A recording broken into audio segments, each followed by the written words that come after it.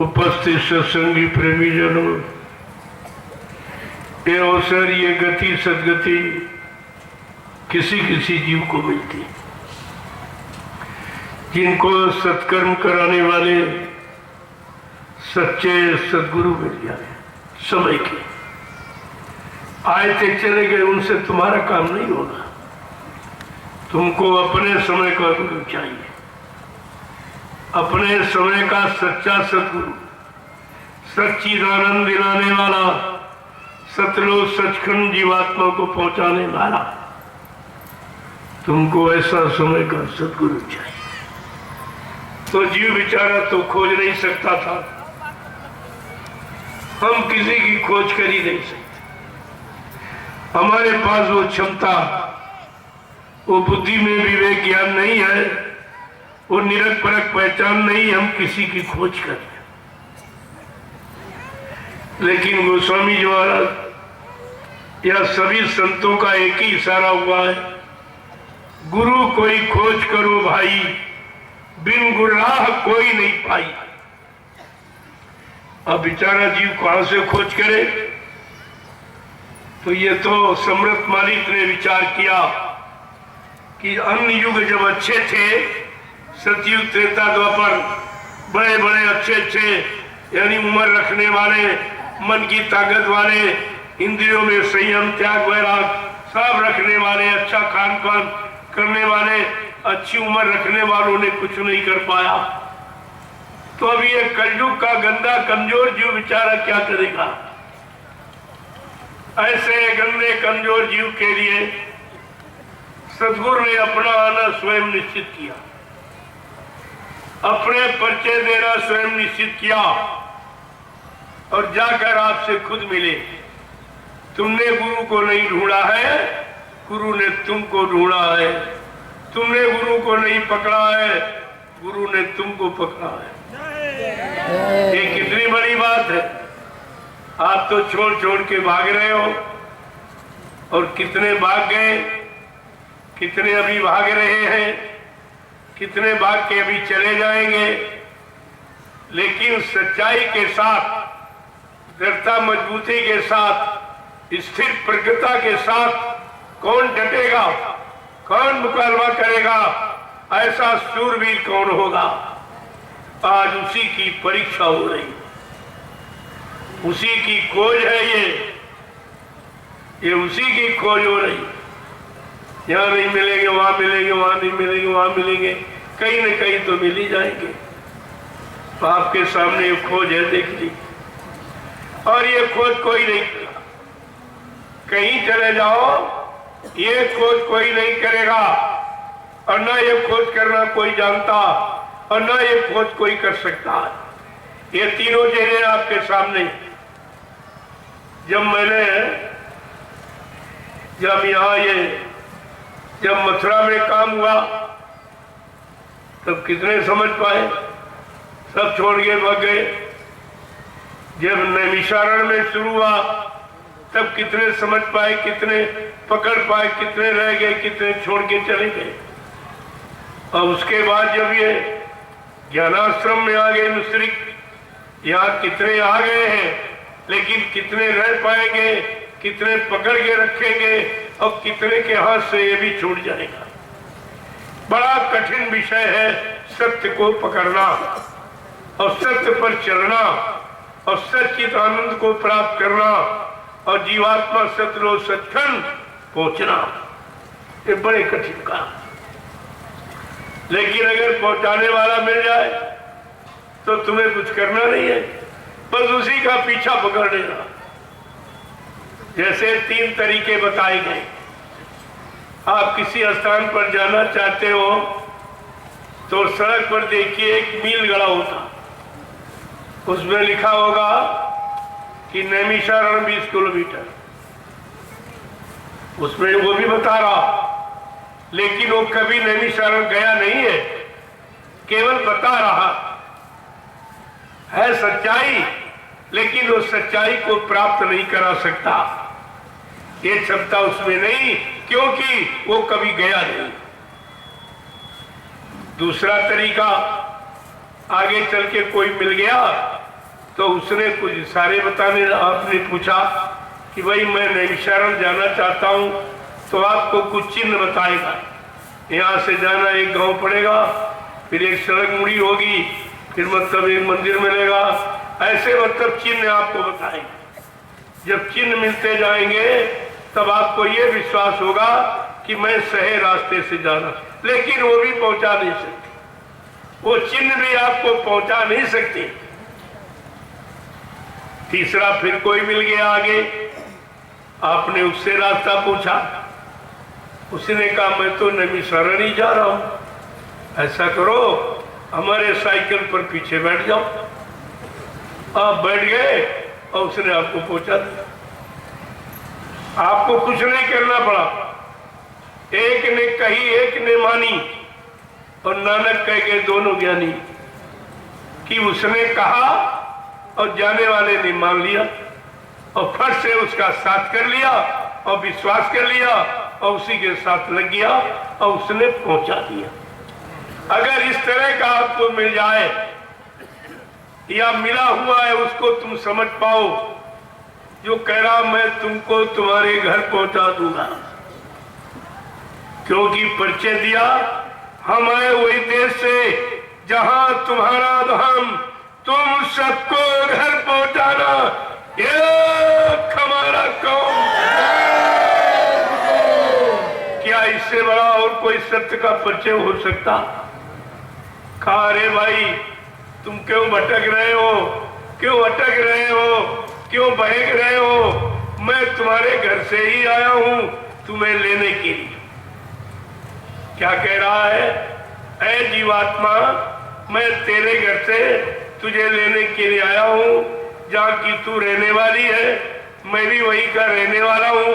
तुम केवल मुझ पर विश्वास करो और मेरे इस नाम रूपी नौका पर बैठ जाओ और मैं तुझको तेरे घर पहुंचा दूं।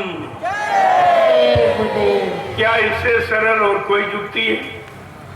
आपने उस पर भी विश्वास नहीं किया। देखो आपका दुर्भाग्य कितना है, कितना सरल उपाय जिसमें कुछ नहीं करना, कहा केवल तुम बैठ जाओ। कितना सरल उपाय, और ये भी कहा तुम अन्यत्र कहीं मत भटको, ये रास्ता देने वाला कोई नहीं मिलेगा, न कोई अभी तक आया न कोई आगे आएगा, इसलिए इसे मान लो। भाव सागर भरमो नहीं, ये प्रताप हमार, अरे निश्चय करके मान ले तो तुरंत दारू पार। कहा केवल निश्चय करके मान ली, मैं तुझे भवसागर के पार कर दूंगा। अब बताइए, आपको न माला घुमानी, न आंख बंद करनी, न कान बंद करना, केवल विश्वास करना। विश्वास कितना बड़ा काम है।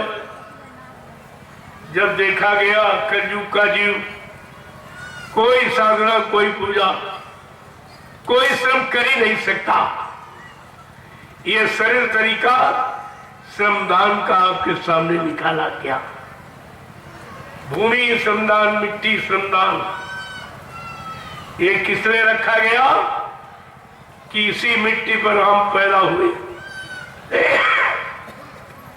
इसी मिट्टी पर पले हैं, इसी पर जीवन यापन कर रहे हैं और इसी पर एक दिन मर के चले जाएंगे।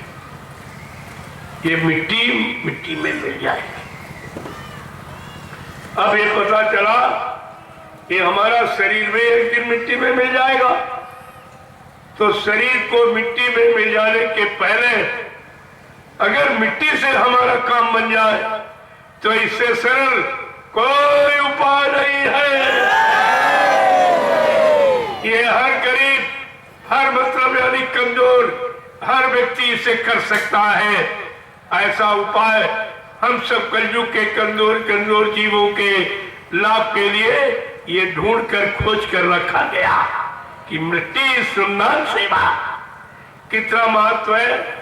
क्योंकि और तो कोई श्रम परिश्रम करोगे तो तुम्हारे में लालच जरूर होगा कि भाई कितने पैसे देगा, बदले में क्या सामान देगा, क्या सुविधाएं देगा, तमाम तरह की चिंता लेना, लेकिन आज तुम उसी चिंता वाले शरीर से आज जो आदेश हुकुम का पालन कर रहे हो, ये मिट्टी का श्रमदान जो आप कर रहे हो, इसमें आपका कोई लालच नहीं, किसी तरह का कोई लालच ही नहीं। देखो इसी लालची शरीर से ये कितना बड़ा काम कि लालच रहित कराया जा रहा, जबकि यही शरीर बिना तनख्वाह के काम नहीं करेगा, बिना मजदूरी के काम नहीं करेगा, बिना स्वार्थ लोभ लालच के ये काम नहीं करेगा। लेकिन आज वही स्वार्थी लोभी लालची शरीर से कि महापुरुष कैसी सेवा करवा रहे कि जिसमें तुम्हारा कोई लालच नहीं है, कोई स्वार्थ नहीं है, कोई लोभ नहीं है, एकदम मतलब यानी त्यागी और तपस्वी बना करके ये श्रमदान सेवा आपसे कराई जा रही है। इस पर आपको विचार करना चाहिए। अगर ये भी नहीं कर सकते फिर आप कुछ नहीं कर सकते। इससे सरल कोई उपाय नहीं है। जीवात्मा के बंधनों को काटने का, मुक्त होने का इससे सरल कोई उपाय नहीं है। अगर ये भी आपने नहीं किया फिर तो कुछ नहीं, फिर आप न कुछ किया न कुछ कर सकते हो, फिर तुम्हारी जीवात्मा का कल्याण होगा तो कैसे हो? इस पर आपको विचार करना चाहिए। इसलिए मैंने अब की बार कार्यक्रम का सिस्टम ही बदल दिया और बदल दूंगा। ये दुनियावी काम यहाँ नहीं होगी। ये आना गाना बजाना रचना प्रार्थना ये जो बनावट बना करके आए कुछ नहीं। मन को इस योग बनाया नहीं, अब तन को भी इस योग बनाया नहीं, और मूलचित और बुद्धि भी उस योग बनाई नहीं। तो गाना शुरू कर दिया, उसी में समय खराब कर रहे, तुम्हारा समय नष्ट हो रहा।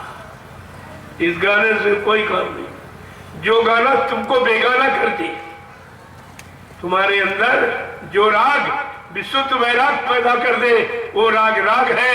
जो तुम्हें बेगाना बना दे वो गाना है, तब तो ठीक है। लेकिन ये अंतर्दृष्टि से होता है। वो बात तो समझने की है।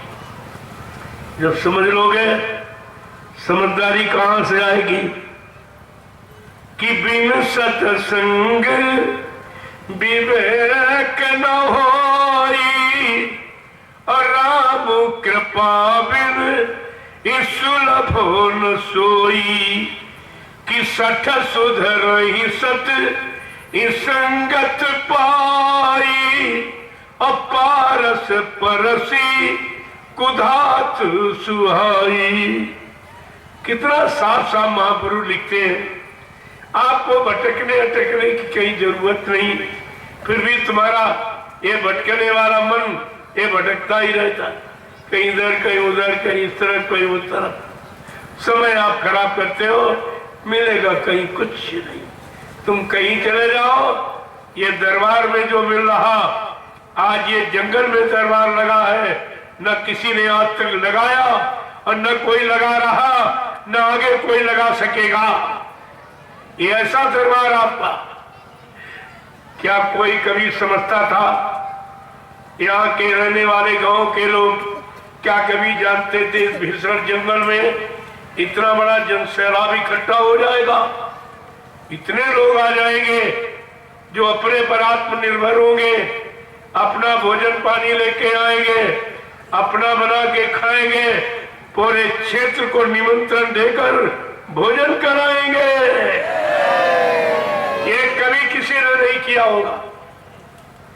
आप ये अनोखा कलयुग का इतिहास देखो किस तरह से तैयार हो रहा है, और उस इतिहास के तुम पात्र हो, तुम्हें उसका भागीदार बनाया जा रहा, और नहीं बन पाए तो तुम जानो, तुम्हारा काम जाने। लेकिन कोई ये नहीं कह सकता कि हम गरीब थे, हम छोटी जाति के थे, हम बिना पढ़े लिखे अनपढ़ थे, हमको किसी ने शामिल शरीक नहीं किया था। मैं ये कहने ही नहीं दूंगा, क्योंकि हमारे यहाँ ये भाई भेद है नहीं। पढ़ाई तो बाहर की, अंदर में तो कोई पढ़ाई नहीं। तुम किसी बाहरी देश में चले जाओ, यद्यप वहां की मुंहचड़ी भाषा तो नहीं आप समझ पाओगे, जो मुंह से बोली जाती है वो तो आप नहीं जान पाओगे, लेकिन अंदर की भाषा एक ही है। अगर वो अंग्रेज रो दे तो फट से समझ जाओ कि दुखी है, अगर वो हंस दे तो कहोगे ये सुखी। ये दुख और सुख की भाषा ये सब एक समान है, उसमें कोई परिवर्तन नहीं है, और दुख सुख के लिए ही तुम्हारा रातों दिन प्रयास और प्रयत्न जारी है। वो तो एक ही भाषा है, कहाँ अंतर निकला। और मनुष्य की ये जवान की भाषा में अंतर मिलेगा, लेकिन पशुओं पक्षियों की भाषा में कोई अंतर नहीं। ये क्यों, ऐसा क्यों? क्योंकि मनुष्य का भोजन नहीं रहा, आहार बदल गया, विचार भाषा बदल गई। लेकिन पशुओं का आहार अपना, चाहे वो विदेश में चले जाओ वही बोली भाषा, कौवा है वही बोली भाषा बोलेगा, चाहे विदेश में चले जाओ चाहे अपने देश में जाओ, उनमें आप कोई परिवर्तन नहीं पाओगे, क्योंकि उनकी जन्मजात जो खुराक है, यानी जो मतलब शरीर को चलाने वाला ईंधन, वो एक समान है, उनमें कोई अंतर नहीं है। वही पत्तियां वही फल फूल खाएंगे, लेकिन तुम्हारा जैसा ये मिलावट का भोजन कभी वो पसंद नहीं करते। यानी पशु होकर भी मिलावट जान जाता है। जैसे गाय भैंस बकरी है, इसके चारे में अगर मांस का टुकड़ा डाल दो तो चारा खाना बंद कर दिया, अगर कहीं शराब का छींटा मार दो तो इतनी बदबू कि वो दूर खड़ा हो जाएगा, चारे को छोड़ दे। मनुष्य को भी पहचान अपने भोजन पानी की। हम कैसे पढ़े लिखे, कैसे बुद्धिमान अपने आप को कह रहे कि अपने भोजन पानी तक का ज्ञान नहीं है, उसका विचार नहीं है, उसकी जानकारी नहीं है, उसकी पहचान नहीं है, तो फिर हम पशुओं पक्षियों को नीचे ही तो चले गए, हम उनके बराबर भी नहीं रह पाए। बड़ा होना तो बहुत दूर है, उनके बराबर खान पान करने वाले नहीं रह पाए, उनके बराबर कर्म करने वाले नहीं रह पाए, उनके बराबर लोभ लालच को खत्म करने वाले नहीं बन पाए। कोई संचय नहीं करता जीव, मिल गया खा लिया और चल दिया, लेकिन मनुष्य संचय नहीं लगा, ये बन जाए उतना मिल जाए, इतना मिल जाए, और बढ़ जाए और बढ़ जाए, ये संचय करना। कोई जीव यहां संचय नहीं कर। क्यों? सबको अपने आकाशी पिता पर विश्वास है कि अगर आज दिया है तो कल भी देगा। ये देने की जिम्मेदारी उसकी है जिसने जीवन दिया है, शरीर दिया है, वो शरीर का भोजन अवश्य देगा। और सारे जीव भोजन पा रहे, कोई भूखा नहीं है, लेकिन मनुष्य ने अपना अधिकार ये खत्म कर दिया और परमात्मा भगवान खुदा पर विश्वास खत्म कर दिया। कहा मैं जिम्मेदार हूं, मैं जिम्मेदारी निभाऊंगा। आज बेचारा भूख को मर रहा है, परेशानियों में बंध गया है, मुसीबतों लड़ाई झगड़ों में फंस गया है, ये सब हो गया। तो कहने का मतलब क्या है कि हमने अपने ईश्वर, अपने परमात्मा खुदागार सच्चे गुरु पर विश्वास खत्म कर दिया। ये विश्वास न होने के कारण आज हम दर दर की ठोकरें खा रहे और हमारी कहीं पूर्ति नहीं हो पा रही। पूर्ति भी कर ली तो वो शासन व्यवस्था आप पर लागू, आप उससे परेशान। तुम्हारे पास सब कुछ होते हुए भी अब वो छीना झपटी करेंगे, तुम्हें उसका डर है। आज इस भारत देश की ऐसी स्थिति है कि दो वर्ग है समाज की, एक गरीब एक अमीर, और दोनों वर्ग परेशान। चलो गरीब गरीबी के कारण परेशान तो उसके परेशानी तो ठीक, लेकिन अमीर क्यों परेशान? कहा अमीर गरीब से परेशान। अमीर ये सोच रहा कहीं रात में चोरी न हो जाए, कहीं डकैती न पड़ जाए, कहीं मेरा कत्ल न हो जाए, कहीं मेरा अपहरण न हो जाए। अमीर तो गरीब से ज्यादा परेशान, उसकी रात की नींद और दिन की रोटी खत्म हो गई। आज ऐसी व्यवस्था तुम्हारे सामने आके खड़ी हो गई और इस व्यवस्था का समाधान कहीं नहीं। कितना भी कोई यानी जोर लगा ले, और बाबा जी ने चैलेंज करके कहा, जोर लगा ले अहले जमाने, तू कब तक जोर लगाएगा? जग में जय गुरुदेव का झंडा लहर लहर लहराएगा। ये संत महापुरुष का चैलेंज है और इस चैलेंज को कोई न खत्म कर सकता, न चैलेंज के पहले कोई काम करके दिखा सकता। ये सब आपके सामने है। मैं तो और कुछ भी कहना चाहता था, लेकिन अभी उसकी जरूरत नहीं समझ रहा हूं। मैंने जो उत्सव ये मनाया है तो पुराना, लेकिन ढंग नया है। उत्सव जरूर पुराना है, लेकिन हमारा तरीका नया है। इस नए तरीकों के जब याद करोगे तब आपको नवीनतम व्यवस्था की जानकारी होगी कि आगे आने वाले समय में हमारे जीवन जीने की, रहने की कैसी व्यवस्था होगी। मैंने उस व्यवस्था की भी जानकारी साथ में रखी। आज तक दुखी पीट कर इस हिंदुस्तान की धरती में किसी ने भी निमंत्रण नहीं बनाया होगा। चैलेंज करके डुग्गी पीट कर और मतलब किसी ने इस तरह के लिए भोजन का चैलेंज नहीं किया होगा। ये भी आपके सामने देख लीजिए।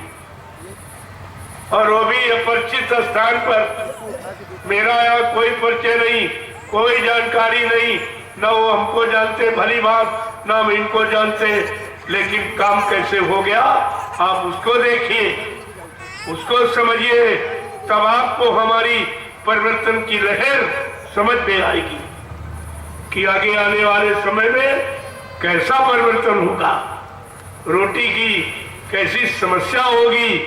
मैंने आज रोटी के निमंत्रण में कोई जात पात नहीं, कोई हिंदू मुसलमान नहीं, कोई छोटा बड़ा, कोई गरीब अमीर, कोई स्त्री पुरुष का कोई मतभेद नहीं, और मतलब यानी बिल्कुल एक रस ये निमंत्रण सबको दिया गया। सब लोग आए जिनको जिनके भाग्य में ये आध्यात्मिक भोजन लिखा था उनको मिला, उनकी परेशानियां दूर होगी। और बाकी निंदा आलोचना बुराई क्रिटिसाइज हंसने वाले तो हमेशा रहे, वैसे रह गए बेचारे, कुछ नहीं मिला उनको, न पहले कभी मिला न आज मिला। भाई जग हंसाई तो ये बड़ी नुकसानदेह है, बहुत बड़ी नुकसानदेह, और हंसाई भी है तुम्हारी रुलाई का कारण बन गया। ये हंसाई तुम्हारी रुलाई का कारण बन गया। तुम व्यवस्था देखकर समझ नहीं पाए। क्या कोई प्रधानमंत्री, मुख्यमंत्री क्या इस तरह का निमंत्रण का चैलेंज देकर लोगों को बुला सकता है और निमंत्रण की व्यवस्था कर सकता है? आपको इस पर विचार करना चाहिए। हमारा आपसे कोई परिचय नहीं, कोई नाता रिश्ता नहीं। वैसे तो रिश्ता है, तभी तो आया हूं, लेकिन वो रिश्ता नहीं जो तुम जानते हो। अगर रिश्ता नहीं तो ये सब क्यों कर रहा हूं? हमें सब करने की क्या जरूरत? एक झोपड़ी की जगह तो बहुत कुछ नैमिषारण्य में थी, इसके अलावा अन्य जगह मैंने तमाम स्थानों का निर्माण किया, तमाम आश्रमों का निर्माण किया। मैं तो कहीं ठहर जाऊं, लेकिन मैं आज तक बिल्डिंग में नहीं रहा हूं। मेरे नसीब में झोपड़ी लिखी है, और आज मैं जब नैमिषारण्य में साफ बन के बढ़िया तैयार हो गया, लोगों के अंदर विचार आया कि अब यहीं रहेंगे, कहीं छोड़ के नहीं चले जाएंगे। मैं बिना बताए आके यहाँ जंगल में बैठ गया और यहाँ भी झोपड़ी बनी।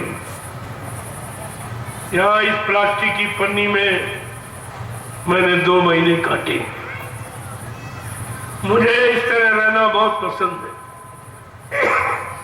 बहुत रहना इस तरह का आता है।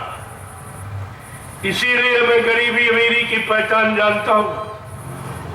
गरीबी कैसे दूर होगी ये भी जानता हूं, अमीरी कैसे आएगी ये भी जानता हूं, क्योंकि मैंने दोनों स्थितियों में रहना सीखा है और आज भी रहा हूं झोपड़ी में।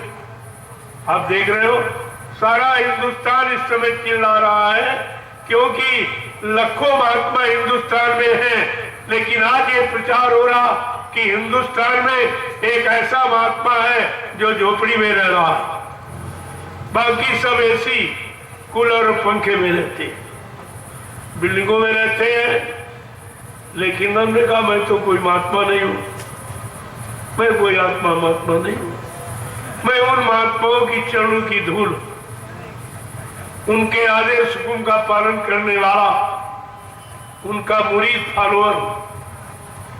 मैं कब गुरु बनता, कब महात्मा बनता, ये तो कभी स्वप्न में मुझसे सोचना। मैं यहाँ कुछ बनने नहीं आया हूं, क्योंकि हमको यहाँ रहना नहीं, हमारा यहाँ घर नहीं, हमारा देश नहीं है। मुझे अपने घर अपने देश जाना है और आपको भी यही कहता हूं, तुम सब लोग अपने घर अपने देश चलने की तैयारी करो।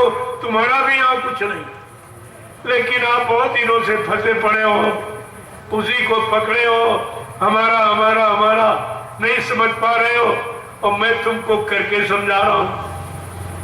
आपने देखा ये 10 तारीख का 10 अप्रैल का 2022 का ये अद्वितीय विलक्षण अनोखा है, जो इस भारतीय धरती पर न कभी किसी ने ऐसा किया और न कोई कर रहा, न इस तरह का कोई कर सकेगा। ये सब आपको मैंने दिखाया और करके दिखाया और आपके द्वारा चलाया। देखो मेरे पास कुछ, एक कपड़े देख रहे हो, ये भी आपके दिए हुए पहनता हूं। एक रोटी दोपहर एक शाम, कभी कभी एक ही खाता हूं, वो भी आपकी दी हुई खाता हूं। झोपड़ी आपने बना दी, उसी में समय व्यतीत कर रहा हूं। ये सब आपका है। आपने कहा जल्दी प्रचार हो जाए, जल्दी सबको अच्छे विचारों में लाके खड़ा कर दिया जाए, तो आपने गाड़ियां दे दी। ये भी गाड़ी भी आपकी, मेरा कुछ नहीं है। मेरे पास सिर्फ मेरी लंगोटी है और सब आपका। बस वो लंगोटी का मेरा एक अधिकार है, मेरा एक संयम है, और मेरा एक ज्ञान है, और मेरी एक शक्ति है, मेरी एक भक्ति है, मेरी एक युक्ति है, और मेरी मुक्ति का वही एक कारण है। ये सब आपको जानकारी रखनी चाहिए। जब मेरा कुछ नहीं तो तुम्हारा कैसे हो जाए? मैं अपना नहीं कुछ कहता, तुम ही क्यों कह रहे हो? तुम्हारा भी ये नहीं रहेगा, भूल भटक में तुम्हारा समय निकल जाएगा। अब ये है जैसे मैं सेवा कर रहा हूं, यानी बिल्कुल तो कोई विकार नहीं है, कोई लालच नहीं, वो सेवा में भी कर रहा हूं और कह रहा हूं आप भी जल्दी से सेवा में लग जाओ और तुम्हारा भी ये काम हो जाए। फिर आगे लोग आएंगे, उनके लिए कुछ आधार बना दो, वो भी बेचारे सेवा में लग जाएंगे। अगर आधार ना हो तो कैसे करो? मुझको तो कोई आधार भी नहीं मिला, सिर्फ मालिक की दया मिली, उनका आदेश को मिला, और बिना आधार के मैंने ये आपके सामने खड़ा कर दिया। नैमिषारण्य से लेके यहां तक देख लीजिए, कोई आधार नहीं था और किसी ने सहयोग नहीं किया। हाँ, प्रेमियों का सहयोग जरूर रहा, लेकिन जो कुछ किया है वो मैंने अपनी विचारधारा से किया। विचारों का कोई सहयोग नहीं, क्योंकि मैं जानता हूं कि आप विचारों का सहयोग कर नहीं सकते। आपके पास वो शुद्ध पाक साफ निर्मल विचार है नहीं कि जिससे लोगों के विचारों को शुद्ध कर दो। लोगों के विचारों में परिवर्तन कर दो, ये काम आपके बस का नहीं है। और आप देख रहे हो, जिस धरती पर बैठे हो, कोई नहीं इसके बारे में सोचता था इस बियाबान कटीले जंगल में क्या लोग बैठ के सत्संग सुनेंगे, किसी को नहीं मालूम। ये है माने कर्मगत कार्य नायक, बड़ी विचित्र व्यवस्था कर्मों की। हमारे कर्म हमको कहां ले जाएंगे, कहां कहां भटकाएंगे, भरमाएंगे, कहां कहां व्यवस्था बनवाएंगे, कैसे कैसे रखेंगे। जब हमको नहीं मालूम तो तुमको कैसे मालूम हो जाएगा। लेकिन यह जब हो रहा है तब तो उसका परिचय मिल ही रहा। भाई ये कहां से हो रहा, मेरे पास करने की कोई क्षमता नहीं है, मेरे पास कोई शक्ति ताकत नहीं है। हाँ, मेरे पास प्रेमियों का जनबल जरूर है जो किसी के पास नहीं। क्यों? कलयुगे संघे शक्ति, कलयुग में संघ संगठन ही शक्ति है, और ये संगठन किसी के पास। भले कोई मुख्यमंत्री बन जाए, प्रधानमंत्री, लेकिन जो संगठन आप ये देख रहे हो जंगल में, ये जंगल वाला संगठन किसी के पास नहीं। कि इतने लोगों को निस्वार्थ एक जंगल में कड़ी धूप में ये कोई एक जलिया मिट्टी डलवा सकता है? कोई प्रधानमंत्री मुख्यमंत्री देश में आता जो ये श्रमदान का परिचय दे दे? और जब तक श्रम रही और परिश्रम रही और मेहनत रही, ईमानदारी रही, तब तक कुछ होने वाला नहीं है। कितने चुनाव कर लो, कितने मुख्यमंत्री प्रधानमंत्री बदल डालो, लेकिन जब तक विचारों में बदलाव नहीं होगा, खान पान में बदलाव नहीं होगा, तब तक यहां कुछ होने वाला नहीं है। ये तो पहले से आपको गोस्वामी महाराज ने लिख के बताया है कि बहुमत तियमत बालमत बिन नरेश का राज, सुख संपदा को कहे जान बचे बड़भाग। गोस्वामी जी महाराज ने 550 वर्ष पहले से रामचरित मानस के माध्यम से ये परिचय, ये जानकारी उन्होंने उत्तरकांड में लिख के बता दी कि आगे कलयुग में लोगों को बहुमत मिलेगा। फिर कलयुग में तियमत यानी स्त्री का राज्य होगा, फिर एक बच्चे का राज्य होगा। ये सब हो चुके हैं। और कहा इसके बाद बिन नरेश का राज, जब कोई राजा ही नहीं होगा तो बिना राजा के राज में क्या होगा? सुख संपदा को कहे जान बचे बड़भाग। तुम अपनी सुख सुविधा को भूल जाओ, तुम अपनी जान बचा लो, तुम्हारे लिए यही बहुत है। सुख शांति समृद्धि की बात तो छोड़ दो, तुमको अपनी जान बचाना मुश्किल हो जाएगा। आज वो आपके सामने खड़ा है, तुम्हारी जान मुश्किल से बचेगी। कहीं ये टीका लगाओ, कहीं ये वैक्सीन लगाओ, कहीं ये मतलब यानी मुंह पर पट्टी बांधो, ये सब जानलेवा काम है। इसमें जान बचाने वाला कोई काम नहीं, जान जाने वाले काम है। और कोई इस पर टिप्पणी नहीं कर रहा।